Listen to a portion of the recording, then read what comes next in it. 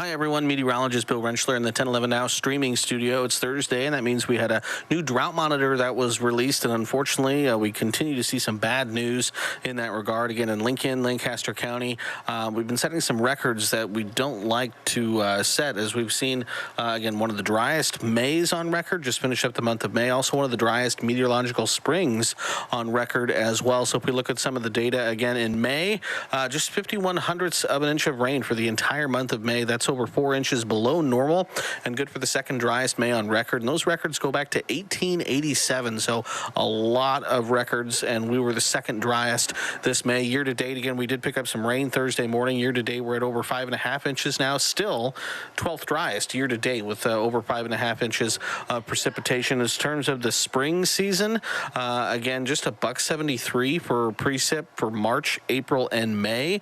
That's good for the third driest on record.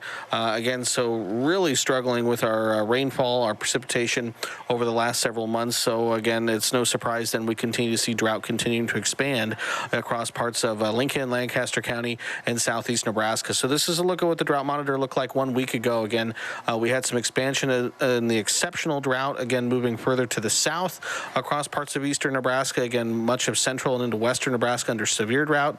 And this week's drought monitor, again, continues to show that further southward expansion of exceptional drought moving into Lincoln and Lancaster County for the first time in the drought monitor's history, and that was started back in the year 2000. This is the first time we've seen exceptional drought conditions move into, again, the area. And again, when we say exceptional drought, the possible impacts of that include exceptional or widespread crop or pasture losses, as well as shortages of water in reservoirs, streams, and wells that could create water emergencies. So again, exceptional drought continues to expand into southeastern Nebraska.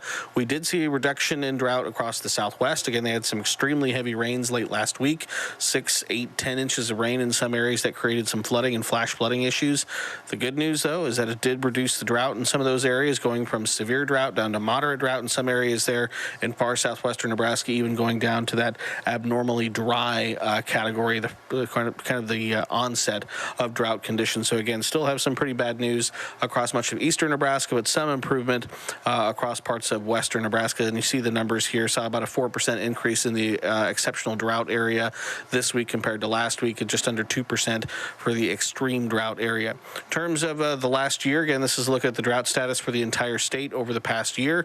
Again, up to about 11% of the state now under the exceptional drought conditions, just under 10% in the extreme drought. Again, the largest chunk of the state under severe drought, around 40% in Lancaster County.